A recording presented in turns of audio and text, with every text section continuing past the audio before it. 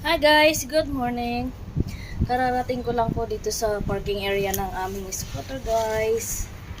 Dito sa work. Ayan, ang init sa labas. Oh, kaya ako nagsusuot ng ganito kasi required po. Huhulihin ako ng pulis pag wala po yan. Okay guys. Napakainit.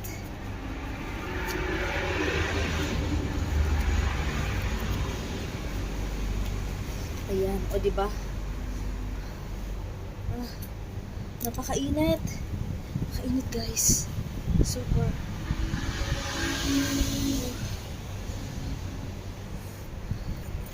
Diba? At kaya naman ako nagja-jacket.